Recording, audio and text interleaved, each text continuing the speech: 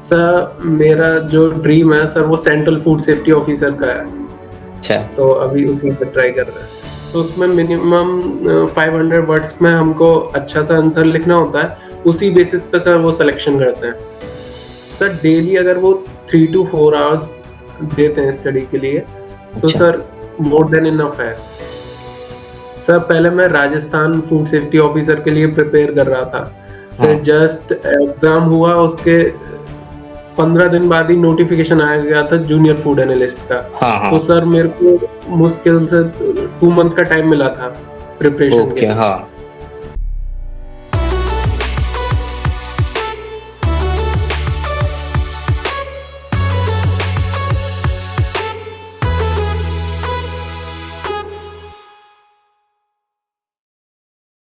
Hello everyone, welcome to Topper Talks. तो आज हमारे साथ में है एफएसएसएआई एग्जाम को क्रैक किया है जिन्होंने, जो कि इनका नाम है आदित्य, और आदित्य ने जूनियर एनालिस्ट का 2023 का एग्जाम जो है वो क्रैक किया है। बहुत सारे लोग जूनियर एनालिस्ट एग्जाम के बारे में जानते हैं, बहुत सारे लोग नहीं जानते। ये एक एग्जाम होता है जो फूड एनालिस्ट बनने से पहले लोगों को देना होता है, और उसके बाद में वो फाइनली फूड एनालिस्ट एग्जाम के लिए अप्लाई कर सकते हैं। तो इसके लिए आदित्य आपको बहुत बहुत कॉन्ग्रेचुलेशंस। तो आपने जूनियर एनालिस्ट का एग्जाम क्वालिफाई किया है और एक अच्छी अपॉर्चुनिटी के लिए आप प्रिपेयर कर रहे हो एफएसएसएआई में और भी एग्जाम्स के लिए, उसके लिए बहुत बहुत कॉन्ग्रेचुलेशंस।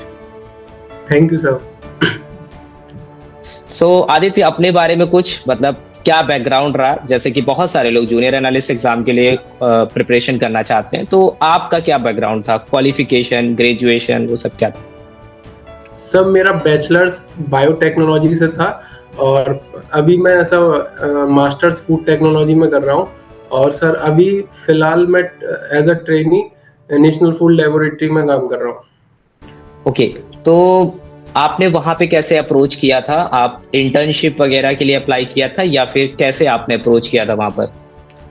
हाँ सर, जो एफएसएसएआई की इंटर्नशिप प्रोग्राम लॉन्च हुआ था अभी अक्टूबर वाला, उसमें मैंने अप्लाई किया था, तो उसमें सिलेक्शन हुआ था। अच्छा, हम लोग जूनियर एनालिस्ट पे जाने से पहले एक चीज और, बहुत सारे लोग इंटर्नशिप के लिए अप्लाई करते हैं, जैसा कि आपने बताया कि आप वहां पे कर रहे हो।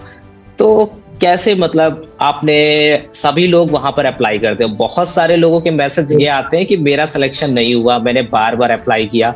तो उसके बारे में कुछ 2 से 3 मिनट में बताना चाहो कि मतलब कैसे आपने अप्लाई किया था और उसके पहले क्या प्रोसेस था, कि वो थोड़ा सा। सर बेसिकली उसमें जो 3 क्वेश्चन दे रखे होते हैं फॉर्म में, उनको बहुत ही अच्छे से और डिस्क्रिप्टिव वे में देना होता है। मिनिमम 500 वर्ड्स में होता है। अच्छा। तो उसमें proper answer point two point देना होता है, तो उसी बेसिस पर सर सिलेक्शन होता है। अच्छा अच्छा, ठीक है। ओके। सो अभी आप नेशनल फूड लेबोरेटरी में गाजियाबाद में आप कर रहे हो वहां पे ट्रेनिंग, और आपको बहुत अच्छा एक्सपोजर मिल रहा होगा क्योंकि आपने जूनियर एनालिस्ट का एग्जाम भी दिया, और जो आपने पढ़ी होंगी चीजें वो आपको वहां पे प्रैक्टिकल में दिख रही होंगी, ठीक है? Yes sir. तो जूनियर एनालिस्ट एग्जाम के बारे में कैसे आपको पता चला, मतलब इस टाइप का कुछ एग्जाम होता है? सर मेरे को सो एजुकेशन के यूट्यूब चैनल से ही पता पड़ा था जूनियर फूड एनालिस्ट का। तो फिर मैंने देखा, फिर आपका जो बैच आपने शुरू किया था तो वहां से गाइडेंस मिला, फिर वहां से भी पढ़ा था। और कुछ हमारा मास्टर्स में फूड टेक से मेरा जो बैकग्राउंड रहा है, तो कुछ फूड केमिस्ट्री, फूड माइक्रोबायोलॉजी वाला पोर्शन उधर से कवर हुआ, और फूड लॉ, इंटरनेशनल लॉज और एफएसएसएआई का एक्ट, वो सो एजुकेशन से। और कुछ टेस्ट सीरीज भी थी जो सो एजुकेशन ने लॉन्च की थी, तो उसमें भी कुछ बहुत सारे क्वेश्चन डायरेक्टली भी आ गए थे।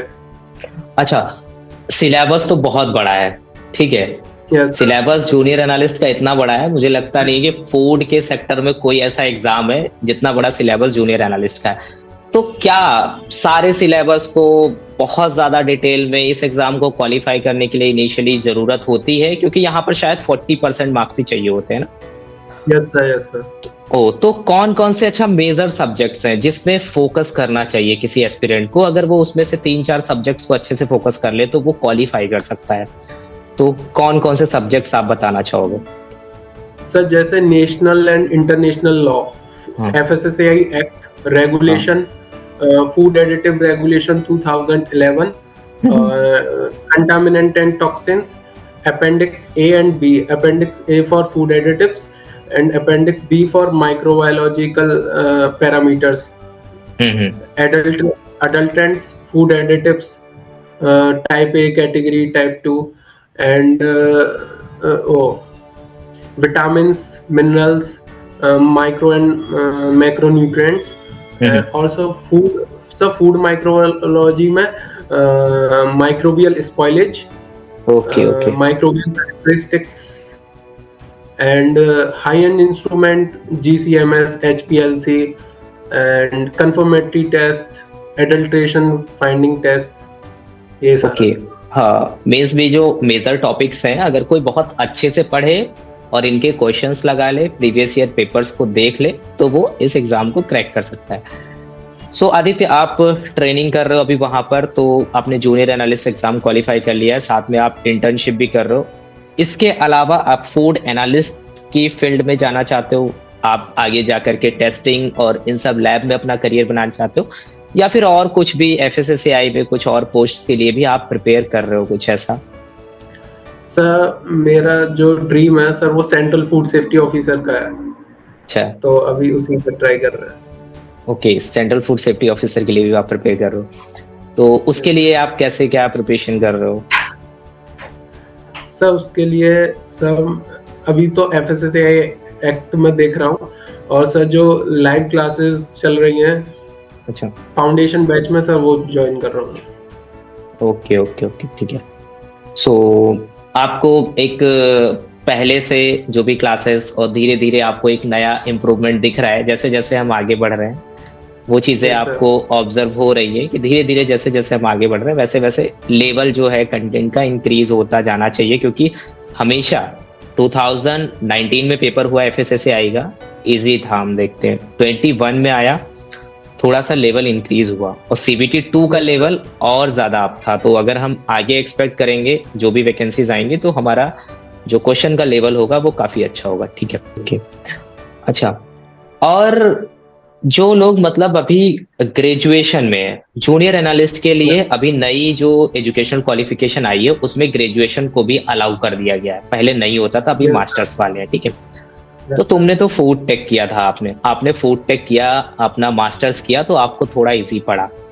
तो ये क्या मतलब ग्रेजुएशन वाले जो स्टूडेंट हैं और पोस्ट ग्रेजुएशन वाले हैं, दोनों के लिए इक्वल टाइप का एग्जाम है, या फिर ग्रेजुएशन वालों के लिए थोड़ा सा डिफिकल्ट हो जाता है, ऐसा कुछ है? बायोटेक के लिए, अगर आप बायोटेक से होते या एग्रीकल्चर किसी फील्ड से होते, आपने फूड टेक ना किया होता? सर मेरा भी बैचलर्स बायोटेक से ही है, मास्टर्स फूड टेक से है। तो सब बैचलर्स में भी high and instrument, HPLC, GC, अच्छा, इसका ब्रीफली होता ही है।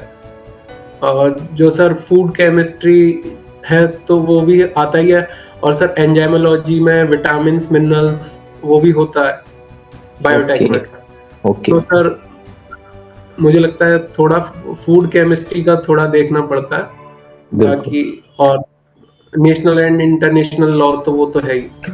हाँ, लॉज तो लगभग सभी के लिए नया होता है, जो शायद फूड टेक से भी करते हैं वो लोग भी लॉ इतना डिटेल में नहीं पढ़ते। ठीक है, ओके। तो मींस मेनली और बायोटेक वाले स्टूडेंट्स भी होते हैं, जो बायोकेमिस्ट्री बायोटेक वाले, वो सब नॉर्मल, क्योंकि जूनियर एनालिस्ट के सिलेबस में मिक्सअप हमें देखने को मिलता है, कोर फूड टेक भी नहीं है और कोर बायोटेक भी नहीं है, एक मिक्सअप हमें देखने को मिलता है।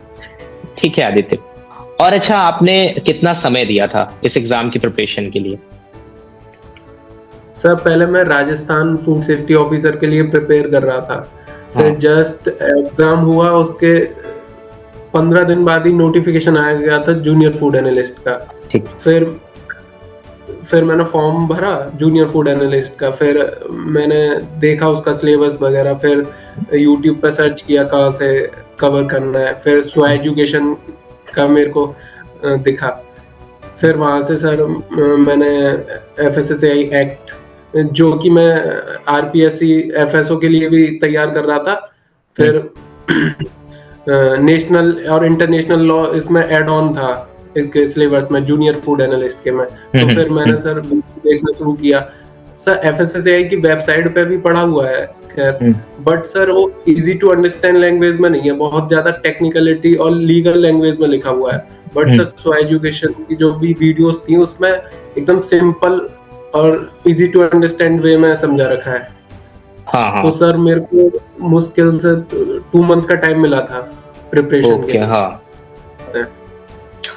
और आदित्य कितना टाइम चाहिए होता है जूनियर एनालिस्ट एग्जाम के लिए, अगर कोई देना चाहता है? बहुत सारे लोग जॉब करते हैं, ठीक है, यस सर। मोस्टली लोग जॉब करते हैं। आपके ऐसा केस बहुत कम है जो लोग मतलब जस्ट अपने पोस्ट ग्रेजुएशन के टाइम पे ही अप्लाई करते हैं और क्वालिफाई कर लेते हैं। मोस्टली लोग ऐसे हैं 80% जो वर्किंग प्रोफेशनल्स हैं, क्योंकि बहुत पहले ग्रेजुएट्स जो थे उनको अलाउ नहीं किया जाता था जूनियर एनालिस्ट में, बट अभी क्या। तो कितना टाइम उनको देना चाहिए, कितना टाइम इनफ है कि अगर कोई बहुत बेसिक, बहुत अच्छा भी नहीं है पढ़ने में और बहुत खराब भी नहीं है, एवरेज है वो, ठीक है, तो उसको कितना टाइम लगेगा इस एग्जाम के लिए? सर डेली अगर वो 3 to 4 आवर्स देते हैं स्टडी के लिए तो अच्छा। सर मोर देन इनफ है। अच्छा अच्छा, इतना इनफ होगा, ठीक। यस। और सबसे पहले उनको क्या पढ़ना चाहिए? सिलेबस बहुत बड़ा है, बहुत वास्ट है, तो सबसे पहले उनको कहाँ से स्टार्ट करना चाहिए? क्या चीज सबसे पहले स्टार्ट करनी चाहिए? सर सबसे पहले वो अपना फूड केमिस्ट्री और एफएसएसएआई एक्ट को दोनों को साथ में लेके चले तो ठीक है। ओके, मतलब एक जो हमारा मेन टेक्निकल सब्जेक्ट्स में फूड केमिस्ट्री पहले ले लें, और फूड लॉ जो एक एकदम अलग से है उसको साथ में लेकर के चले हम, ठीक है। बहुत सारे लोग कहते हैं सेक्शंस वगैरह नहीं याद होते, तो बार बार पढ़ने से क्या सॉल्यूशन हो सकता है? सेक्शंस को हम कैसे थोड़ा बहुत रिमेम्बर करें और चीजों को? सर सारे सेक्शंस को रिकॉल करने का सबसे बढ़िया वो है सर टेस्ट सीरीज हम ज्वाइन करें। टेस्ट सीरीज में क्या होता है कि जो हमने सेक्शंस पढ़े हैं तो उसका इम्प्लीमेंटेशन और उसका जो भी सिचुएशन है तो वो क्वेश्चन में होती है, तो फिर इजीली हमारे दिमाग में आती है वो।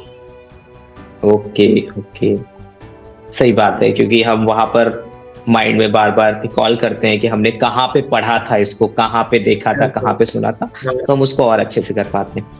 और क्या बताना चाहोगे आदित्य, जो लोग भी प्रिपरेशन कर रहे हैं और जो लोग सेंट्रल फूड सेफ्टी ऑफिसर की भी प्रिपरेशन कर रहे हैं, और दोनों की प्रिपरेशन साथ में अगर लोग करना चाहते हैं, बहुत सारे लोग ऐसे हैं, तो मैनेज किया जा सकता है आराम से सेंट्रल फूड सेफ्टी ऑफिसर और जूनियर एनालिस्ट?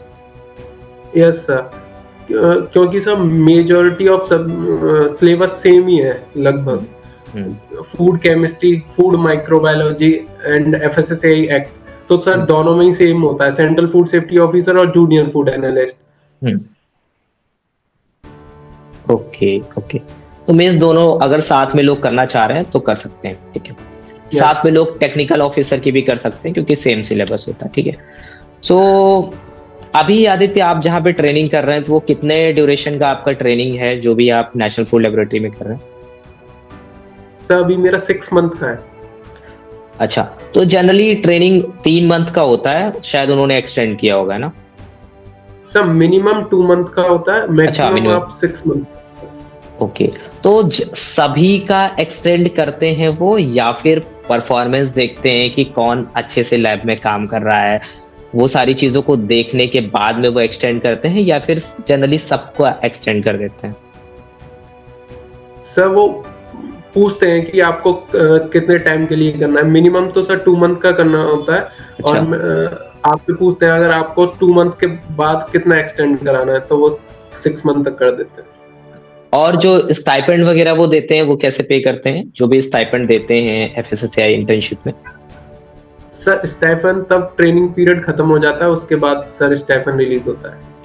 ओके, तो मींस आप जब भी वहां पे रहोगे, ट्रेनिंग करोगे, जो भी एकोमोडेशन होगा, जो भी एक्सपेंसेस होंगे, वो सब आपको खुद से बियर करने होंगे? Yes sir. अच्छा अच्छा, बाद में रिलीज होता है वो, इंटर्नशिप प्रोग्राम खत्म होने के बाद। अच्छा, इंटर्नशिप प्रोग्राम जब खत्म हो जाएगा तो वो जो स्टाइपेंड बोलते हैं वो देते हैं, और इसके अलावा जो भी एक्सपेंसेस होते हैं वो भी कुछ रिम्बर्स करते हैं?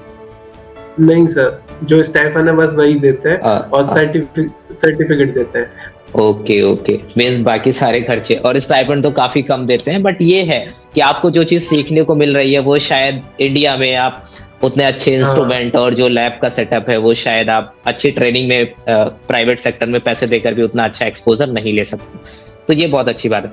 तो ठीक है आदित्य, आपने बहुत सारी इन्फॉर्मेशन दी, तो काफ़ी अच्छा लगा आपसे बात करके। सो अभी आप ट्रेनिंग करो और आप CFSO के लिए प्रिपेयर कर रहे हो, तो उसके लिए बेस्ट ऑफ लक। और जल्दी आपने काफ़ी कम टाइम में जूनियर एनालिस्ट क्वालिफाई कर लिया, आपका इंटर्नशिप में भी हो गया, जनरली लोगों का नहीं होता है। और उम्मीद है हम आपको फिर से टॉपर टॉक्स में बुलाएंगे, उस टाइम पे आपके पास में कोई और जॉब CFSO या फिर टेक्निकल ऑफिसर जिसकी आप प्रिपरेशन कर रहे हो उसके साथ में हम टॉपर टॉक्स करेंगे, ठीक है? So thank you so much और best of luck for your preparation. और सो एजुकेशन से और जो भी हेल्प चाहिए हो आप तुरंत हमारे व्हाट्सएप नंबर पे करो और हमसे जो होगा वो हम आगे करें, ठीक है? So thank you so much Aditya time देने के लिए। Thank you sir.